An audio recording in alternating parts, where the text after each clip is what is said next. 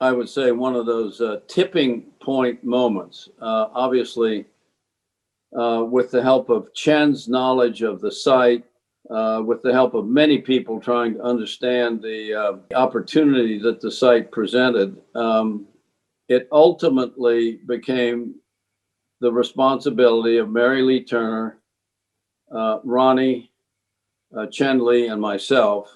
Once we had developed a plan, and I would have to say we retained McKinsey to do the business model, we had really thought through the implications of both the financial viability of such an idea, as well as the cost of actually renovating the old buildings. I mean, that's a bit of a side story. Obviously, it was a precious, important, amazingly valuable commercial site right in the middle of Hong Kong.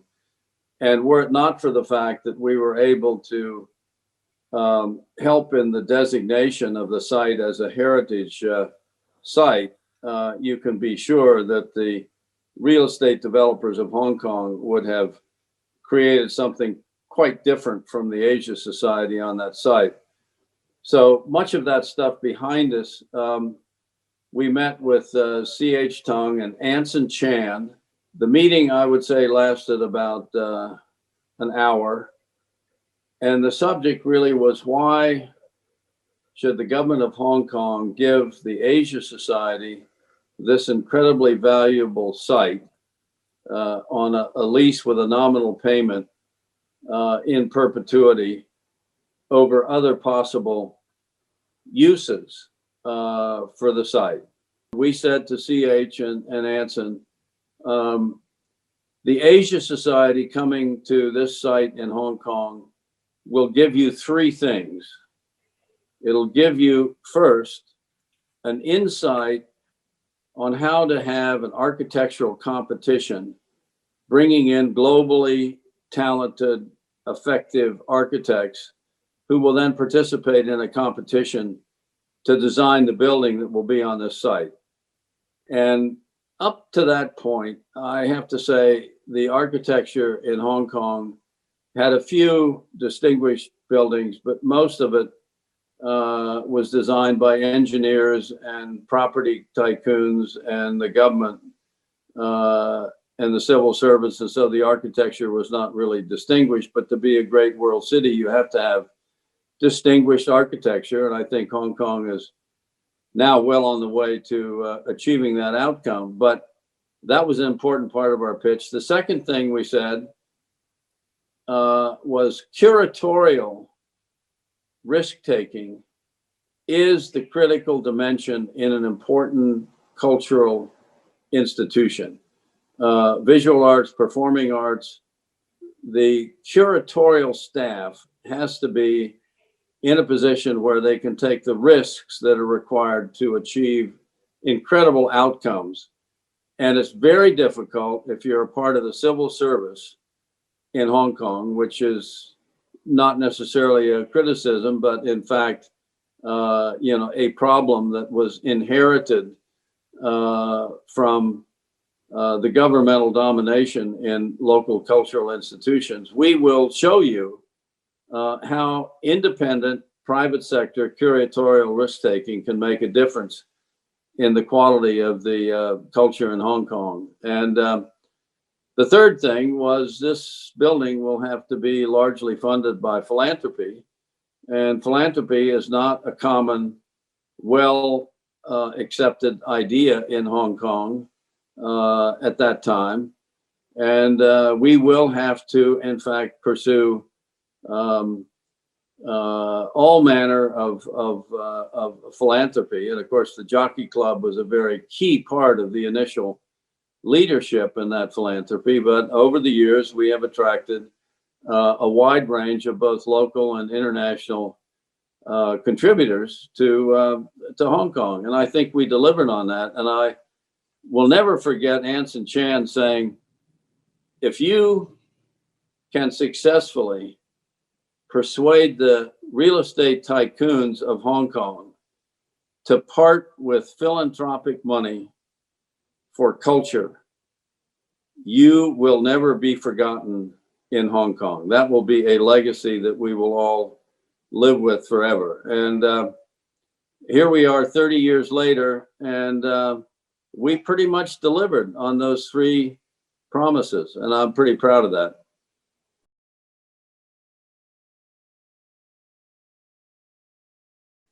I would say, without a big diversion, the choice of Williams and Chen as the architects, has turned out to be an absolutely brilliant choice. We had three finalists. One was a Japanese architect, one was a Spanish architect. They all had great ideas, but it was absolutely clear, I think, to our panel, which was Ronnie and Mary Lee and Chen, Lee and myself, that Williams and Chen really got the potential of the site. And I would say there were two things that they saw that nobody else saw. Number one, they saw that the entrance to the site had to be from down low, not up at the top. And if you entered the site from below, you had to figure out a way to circumnavigate the site. So you needed a bridge to get from the lower part of the site to the upper part of the site. And you also needed to break through one of the berms on the east side of the site in order to create a circumambulation to the whole site. And those two things were just, brilliant in the solution. And then, of course, the rest is history. Their choice of materials, their brilliance in the design, their creation of the lower building. I mean, all that is a central part of the success of the site. I think the fact that the bridge is now an angle, not a straight bridge, is a major aesthetic engineering addition. And the outcome, I mean, your basic question, how do I feel when I go back to the site now? I have a great sense of being, when I'm in a building or in a site, and I think other people share the same feeling. And you either feel at peace, you feel comfortable, you feel relaxed, you feel motivated, you feel stimulated, you're driven to creativity if the site feels good. And I can't tell you how many people have said to me, this is a spectacular, important venue. Whether it's a conference, whether it's a panel discussion, whether it's an art exhibition, it is the kind of place that just, exudes the kind of grace and comfort that comes from a great design, and the setting and the venue and the landscape. I mean, it is one of these things that everything goes together to produce an amazing outcome. And I just feel good when I'm there. So whenever I come back to Hong Kong, one of my first stops is the Asia Society in Hong Kong, just for a little moment of retrospective sort of thinking about the past and contemplation. It runs the whole gamut from, where is China going? Where is Hong Kong going? How do they fit together? What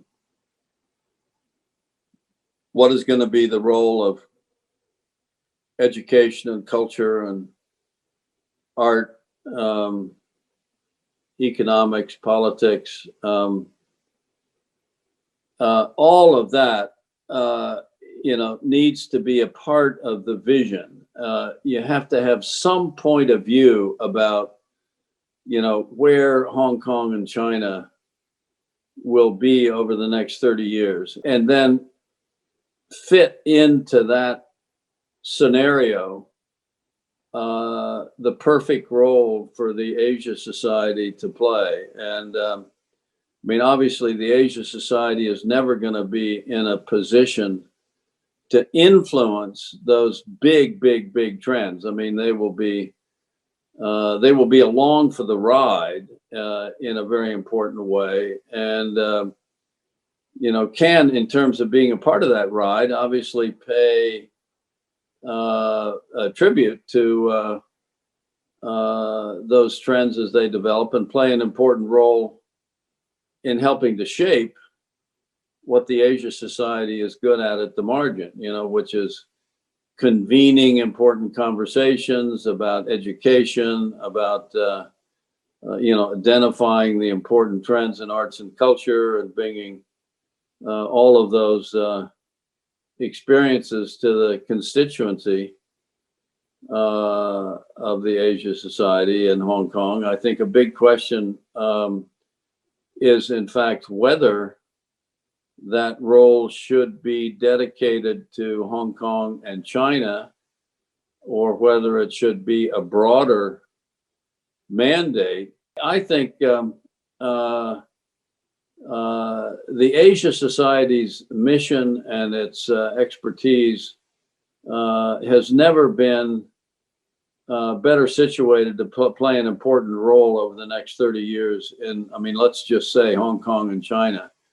And it is those elements and dimensions of the Asia Society that I just mentioned. The opportunities, I think, are going to be extraordinary, because Hong Kong will be feeling its way with China. It'll be feeling its way in the world and in the region. China will be doing some of the same things.